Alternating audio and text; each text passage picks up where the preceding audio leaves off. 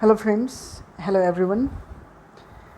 Exams में बहुत ज़्यादा दिन हमारे पास है नहीं एंड अब इस समय में अगर क्वेश्चन पूछा जाए जो PYQs हैं, अगर जो आपसे सीधा क्वेश्चन पूछा जाए कि क्या आप ये बता सकते हैं कि इमरजेंसी किस पार्ट के अंदर आता है, या आप ये बता सकते हैं कि कोऑपरेटिव सोसाइटी किस पार्ट के अंदर आता है।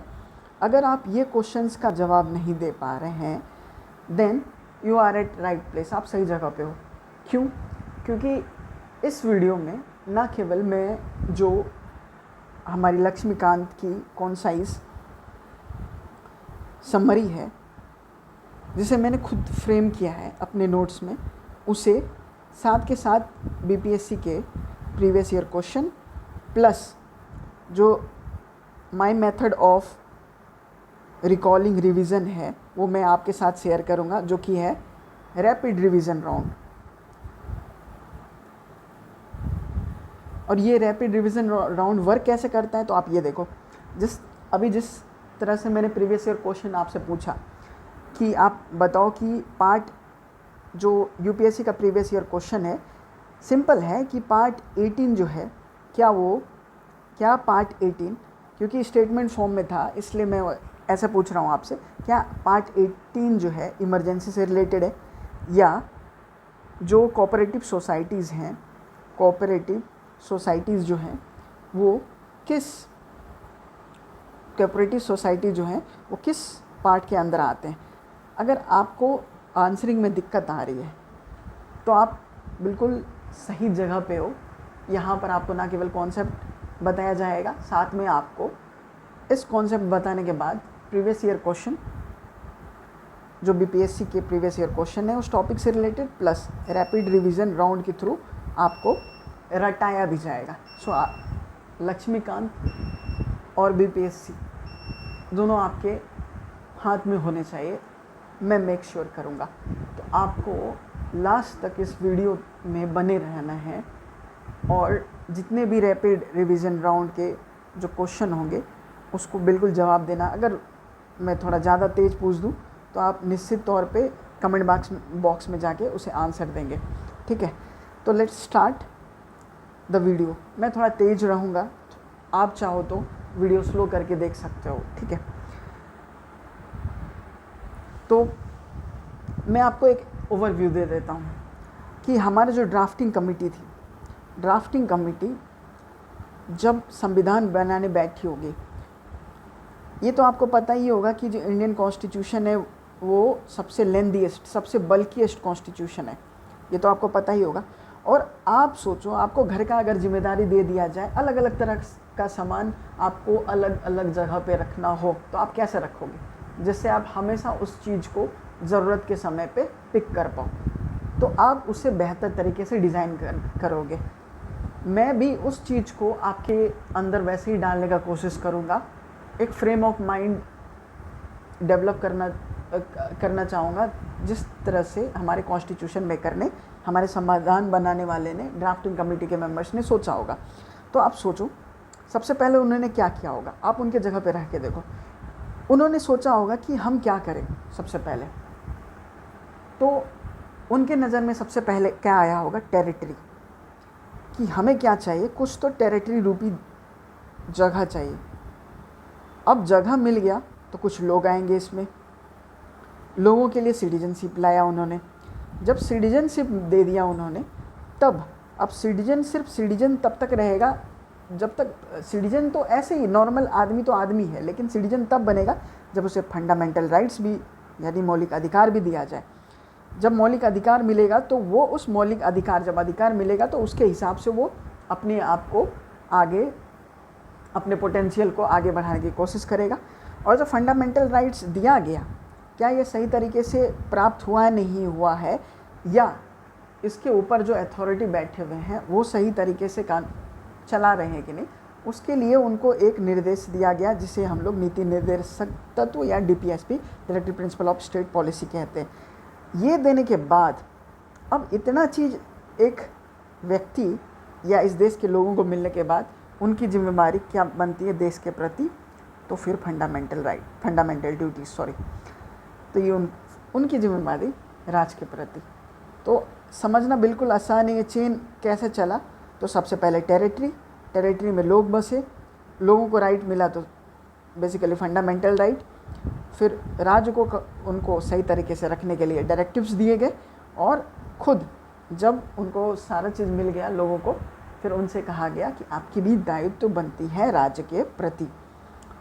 तो अगर अब इसे हम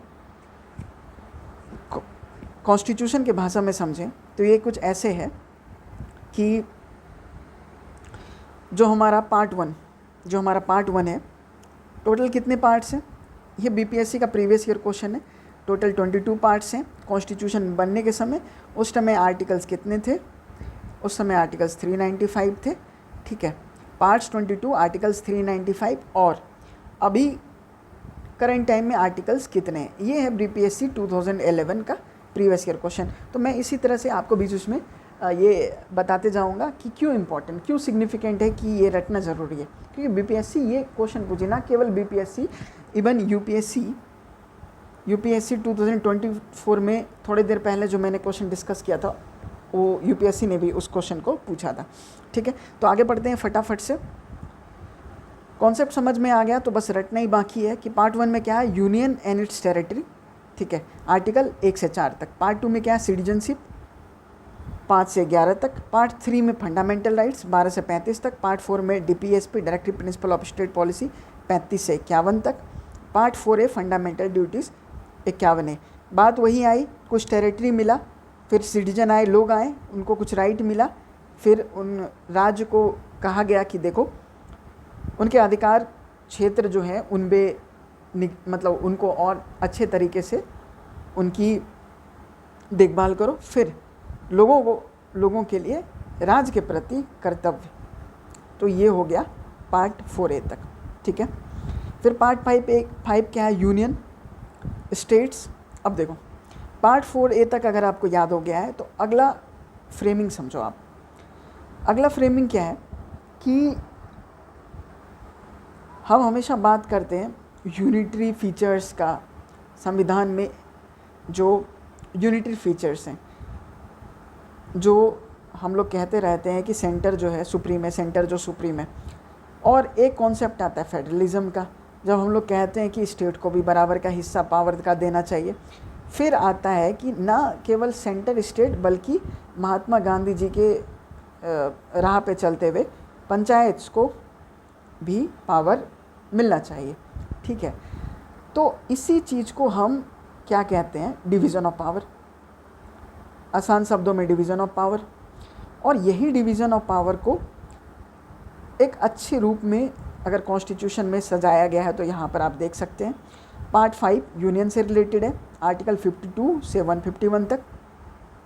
पार्ट 6 स्टेट से रिलेटेड है, यूनियन आ गया फिर स्टेट आ गया, आर्टिकल 152 से लेकर 237 तक। फिर उसके नीचे जो है 7th, जिसे रिपील कर दिया गया, हटा दिया गया है, 7th कॉन्स्टिट्यूशन, 7वीं संवैधानिक तब्दीली या इसे कहते हैं हम 7th कॉन्स्टिट्यूशनल अमेंडमेंट के थ्रू, ठीक है, इसे हटा दिया गया। फिर इसके नीचे यूनियन टेरिटरी आएगा 239 से 242 तक। फिर इसके नीचे आएगा पंचायत 243A से लेकर 243O तक, ठीक है। इसे भी हम लोग ट्रिक से याद करेंगे पंचायत को, क्योंकि ये प्रीवियस ईयर क्वेश्चन है। साथ में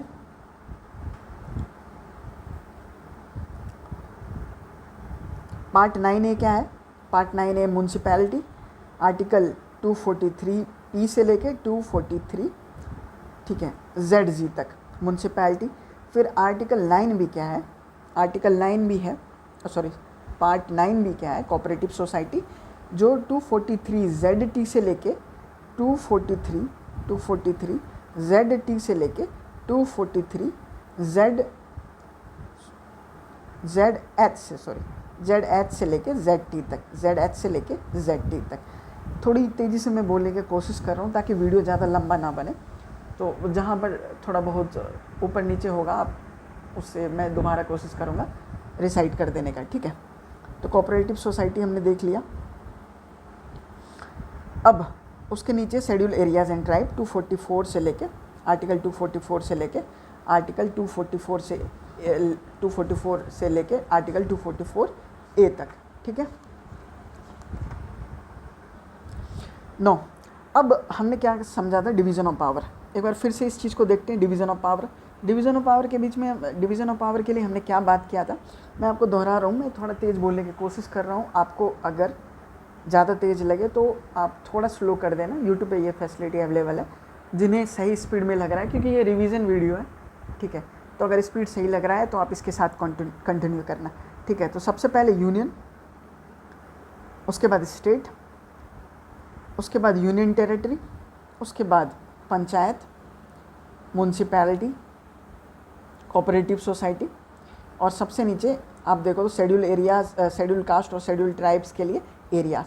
तो आप देखो एक बहुत अच्छे फ्रेम में इन पार्ट्स को सजाया गया है, ठीक है। पहला अगर आप आप देखें तो पहला पार्ट जो है 1 से लेके पार्ट 4A तक जो हमने देखा वो लोगों के लिए था, लोगों के लिए था, ठीक है। अब उसके बाद लोग तो बस गए, ठीक है, लोग तो बस गए। अब स्टेट और यूनियन की बात होगी, ठीक है, स्टेट और यूनियन की बात होगी, उनके हायरार्की की बात, तो ऐसे हम लोग याद कर सकते हैं। फिर पंचायत जो है बहुत very very important, part 9 panchayat, part 9 panchayat. यहाँ पर कई बार क्वेश्चन को कंफ्यूज होता है, इवन ये क्वेश्चन पूछा गया है कि पार्ट 9A जो है पंचायत से रिलेटेड है कि नहीं। बिल्कुल गलत है, पार्ट 9 जो है पंचायत से रिलेटेड, ये UPSC CDS का प्रीवियस ईयर क्वेश्चन है, ठीक है, कि पार्ट 9A पंचायत से रिलेटेड नहीं, पार्ट 9A जो है म्यूनसिपैलिटी से रिलेटेड है, ठीक है, और पार्ट 9 जो है पंचायत से रिलेटेड है। तो यहाँ पर गलती नहीं करना है। तो याद करने का तरीका, जो आर्टिकल्स, ये भी पूछा गया है CDS के एग्ज़ाम में कि पार्ट 9 जो है वो क्या है, पंचायत, और इसका आर्टिकल क्या है। तो आर्टिकल याद रखना है 243A से लेके 243O तक। याद करने का तरीका, आओ न हमारे पंचायत। अगर जो भी आपने पंचायत वेब सीरीज़ देखा होगा तो काफ़ी एक बहुत अच्छा सीरीज़ है जो कि रूरल लाइफ को दिखाता है, और उसके साथ साथ वो वेलकमिंग है। वो ऐसा लगता है कि वो मतलब वापस बुला रहा है, देखने के लिए बुला रहा है, या उस एरिया को विज़िट करने के लिए बुला रहा है। तो आओ ना हमारे पंचायत, ठीक है।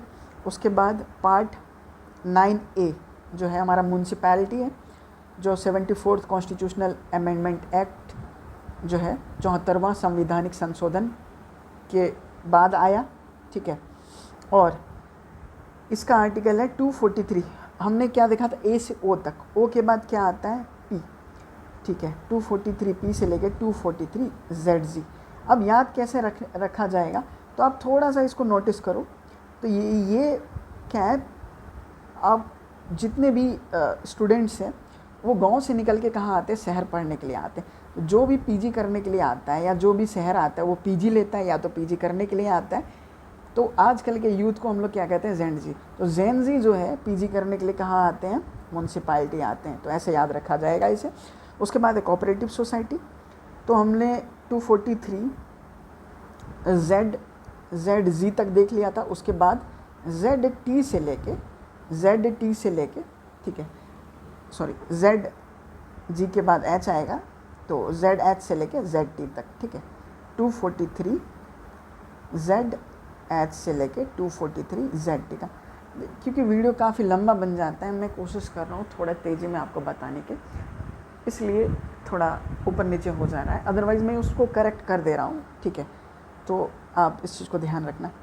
फिर सबसे नीचे क्या, शेड्यूल कास्ट और शेड्यूल ट्राइब्स के लिए जो एरियाज़ आते हैं, तो शेड्यूल एरियाज़ और शेड्यूल ट्राइब्स, ठीक है, 24 से 24A तक, 24A से 24A नहीं, 244 से लेके 244A तक, 244 से लेके 244A तक, 244 से लेके 244A तक, ठीक है।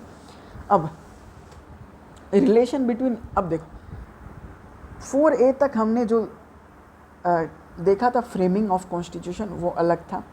उसके बाद 5 से लेके हमने 10 तक फ्रेमिंग अलग देखा। अब 11 से लेके जो हम लोग फ्रेमिंग है 15 तक वो अलग देखेंगे। ये फ्रेमिंग में कॉन्सेंट्रेटेड था लोगों के ऊपर, लोग, उनको राइट्स, डीपीएसपी और फंडामेंटल ड्यूटीज़। यहाँ पर पावर जो है उसका डिवीज़न किस तरीके से होता है वैसा हायरार्की में सजाया गया है। और ये है कि जो पावर का डिवीज़न हुआ है उनके बीच का रिलेशन यहाँ पर इस्टेब्लिश होगा। तो कैसे रिलेशन इस्टेब्लिश होगा? तो पार्ट्स 11 जो है वो किसके बीच में इस्टेब्लिश करता है रिलेशन? यूनियन और स्टेट के बीच में रिलेशन इस्टेब्लिश होना ज़रूरी है। इस यहीं से जो कॉन्सेप्ट ऑफ फेडरलिज्म जो होता है वो इमर्ज करता है। Relation between union state, article जो है 245 से लेकर 263 तक है। आर्टिकल 245 से लेकर 263 तक है, ठीक है। फिर ये रिलेशन इस्टेब्लिश हो गया। अब क्या बात होगी? फाइनेंस प्रॉपर्टी के बारे में बात होगी, कॉन्ट्रैक्ट्स की बात होगी, जो आर्टिकल 264 से लेकर 300A तक, 264 से 300A तक। आप बोलेगे तो ये मैं PDF आपको टेलीग्राम चैनल पे शेयर कर दूंगा आपने, ठीक है। ये खुद की PDF है जो मैंने बनाई है, 45 to 50 पेजेस की PDF है जो आपको रिवाइज़ करने में काफ़ी आसान होगी, ठीक है। अब अगला जो है 13 है ट्रेड, कॉमर्स और इंटरकोर्स। पहला रिलेशन इस्टेब्लिश किया, फिर प्रॉपर्टी, फिर ट्रेड। तो आप देख रहे हैं कि सेंटर और स्टेट के बीच में, स्टेट सेंटर के बीच में किस तरह का रिलेशन चल रहा है। पहला तो रिलेशन इस्टेब्लिश हुआ, रिलेशन के बाद क्या है? पहले तो रिलेशन इस्टेब्लिश होता है, उसके बाद ही फाइनेंस उसके बाद ही पैसे के लेन देन के बारे में बात होती है। फाइनेंस प्रॉपर्टी, अंग्रेज ने भी यही किया था, पहले रिलेशन इस्टेब्लिश किया था, उसके बाद प्रॉपर्टी हड़पा था, उसके बाद ट्रेड करना चालू कर दिए थे वो, ठीक है। तो ऐसे ही याद रखो आप कि अंग्रेज आए, उन्होंने रिलेशन इस्टेब्लिश किया, फिर फाइनेंस प्रॉपर्टी हथियाना चालू किया, फिर ट्रेड पे उनका कब्जा हो गया, ठीक है। और उसके बाद जो पार्ट 14 है वो सर्विसेज से रिलेटेड है, जो यूनियन और स्टेट के बारे में, ठीक है, कि यूनियन और स्टेट में सर्विसेज कैसे कैसे कैसे क्या नियम होंगे, क्या रूल्स होंगे, उससे रिलेटेड, ठीक है। 14A जो इंदिरा गांधी जी के समय में 42nd कॉन्स्टिट्यूशनल अमेंडमेंट एक्ट से लाया गया था, ट्राइब्यूनल्स, ठीक है। 323 इसका अगर आर्टिकल देखा जाए तो 323A से लेके 323B तक। फिर इलेक्शन है पार्ट 15, ठीक है।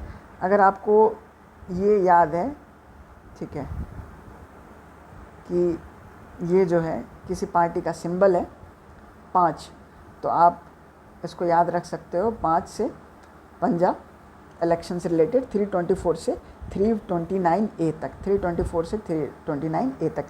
फिर है special provision related to certain class, कुछ सर्टेन क्लास जो हैं जैसे वुमेन, जैसे चाइल्ड, इनसे रिलेटेड कुछ प्रोविज़न स्पेशल। अगर आपको याद नहीं हो रहा है तो आप ये समझो कैसे इसे याद रखना है कि 1 + 6 क्या है? 7 खुद में एक स्पेशल नंबर है, तो ये स्पेशल प्रोविज़न रिलेटेड, ठीक है। फिर 17 क्या? ऑफिशियल लैंग्वेज से रिलेटेड। अगर आपको शेड्यूल आपने कभी भी पढ़ा होगा, ठीक है, आई एम श्योर आपने पढ़ा ही होगा, तो 1 + 7 जो है वो 8 है, और 8वां शेड्यूल ऑफिशियल लैंग्वेज के बारे में बताता है। आपको कमेंट में बताना है कि क्या जो ऑफिशियल लैंग्वेज है, हिंदी ऑफिशियल लैंग्वेज है कि नहीं, इंग्लिश ऑफिशियल लैंग्वेज है कि नहीं, ठीक है, डन। अब अगला आता है इमरजेंसी पावर्स। अब इमरजेंसी पावर्स हम लोग देखते हैं, याद कैसा रखा जाए? ये already UPSC previous year question है, तो याद कैसे रखा जाए? 8, 1 + 8 क्या होता है? 9। अब देखो 9 को जो आप अगर ऐसा पढ़ो तो 9 हो जाता है, 9 का मतलब नो नो नो। कोई नहीं चाहता इमरजेंसी हो उसके देश में, आर्टिकल 352 से लेके 360 तक, ठीक है। 19 खुद में एक मिसलिनियस नंबर है, इसलिए मिसलिनियस कैटेगरी की जो भी चीज़ें हैं वो इसके अंदर आती है। 20 आप देखो तो गवर्नमेंट क्या करती है? 2020 खेलती है। गवर्नमेंट का 2020 क्या हो सकता है? तो amendment to the constitution, article 368 very important. 21 क्या है? इतना इंपॉर्टेंट नहीं है 21, 22, लेकिन पूछा जा सकता है। 21 क्या है? Temporary, transitional and special provision. कुछ भी ऐसा टेम्पररी या ट्रांजिशनल प्रोविज़न हो उसके अंदर डाला गया है, ठीक है, आर्टिकल 369 से 392 तक। और 22 जो है short title commencement authoritative tax in India. जितने भी अथॉरिटेटिव टेक्स्ट हैं, कोई इम्पोर्टेंट टेक्स्ट हैं, उसे हिंदी में तब्दील किया जाएगा। और 393 से 395 फाइनली हमने सारे आर्टिकल्स को कवर कर लिया है। तो हम लोग अब रैपिड रिवीजन राउंड, जो हमारा स्पेशलिटी है, आप देखना, आप मार्क्स लिखना, जितने भी क्वेश्चन मैं पूछूंगा आप उसका जवाब दे पा रहे हो कि नहीं, ठीक है। आंसर भी कमेंट में लिखना, और साथ में साथ अगर तेज़ मैं पूछूंगा तो आप उसे थोड़ा स्लो करके, यूट्यूब में फैसिलिटी आप जानते हो, आप 1 ऐसे करके 1 2 3 ऐसे करके आंसर लिख देना, और साथ में कितना मार्क्स आपको आया, 10 आउट ऑफ 20, 15 आउट ऑफ 20, या आउट ऑफ टोटल जितने क्वेश्चन होंगे आप अपने मार्क्स मेंशन कर सकते हो, ठीक है। तो रैपिड रिवीजन राउंड स्टार्ट करते हैं। तो आप सबसे पहले बताओ मुझे कि पार्ट 20 क्या है, ठीक है। क्वेश्चन नंबर 1, पार्ट 5 किससे रिलेटेड है, पार्ट 4A किससे रिलेटेड है, ठीक है। पार्ट 21 किससे रिलेटेड है, पार्ट 18 किससे रिलेटेड है, पार्ट 9B किससे रिलेटेड है, पार्ट 10 किससे रिलेटेड है, पार्ट 22 किससे रिलेटेड है, ठीक है। पार्ट 17 किससे रिलेटेड है, पार्ट 7 किससे रिलेटेड है, पार्ट 8 किससे रिलेटेड है, पार्ट 2 किससे रिलेटेड है, ठीक है। सारे क्वेश्चन का जवाब आप बिल्कुल जवाब देना ही है। आप जवाब नहीं दोगे, आप जितना ज़्यादा देखो, आप जितना ज़्यादा जवाब दोगे उतना ज़्यादा आपके लिए बेनिफिशियल रहेगा, ठीक है। और हम प्रीवियस ईयर क्वेश्चन करेंगे, क्योंकि इस टॉपिक से बहुत ज़्यादा प्रीवियस क्वेश्चन है नहीं, जो मोस्टली प्रीवियस ईयर क्वेश्चन है मैंने उससे कवर करने की कोशिश की है, ठीक है। 2-3 और इम्पॉर्टेंट क्वेश्चन है कि पंचायत जो है उसका आर्टिकल जो है, आर्टिकल वो कहाँ से कहाँ तक है, फिर आप बता दो म्यूनसिपैलिटी उसका आर्टिकल कहाँ से कहाँ तक है, और कोऑपरेटिव सोसाइटी उसका आर्टिकल कहाँ से कहाँ तक है, ठीक है। ये डन कर दो, उसके बाद हम लोग आगे बढ़ेंगे। पार्ट ऑफ कॉन्स्टिट्यूशन ख़त्म, ठीक है।